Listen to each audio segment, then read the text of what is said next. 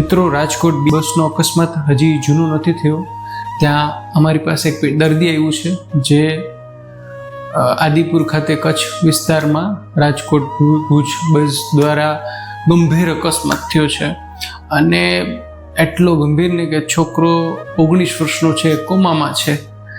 અને મારી આ બધા ડ્રાઈવર લોકોને વિનંતી છે, હાથ જોડીને, પ્લીઝ એક થોડુંક આપણે ધ્યાનથી ચલાવો, ઓછી સ્પીડથી હાંકો. બહુ તો 15-20 મિનિટ મોડા પહોંચશું, પણ એક જે નિયમ ભંગ ન થવો જોઈએ ટ્રાફિકના અને રાહદારીઓ અને બાઇક ચલાવતા, એના માટે મારી વિનંતી છે કે પ્લીઝ હેલ્મેટ પહેરો. તમારા મા બાપ તમારી ઘરે રાહ જોવે છે.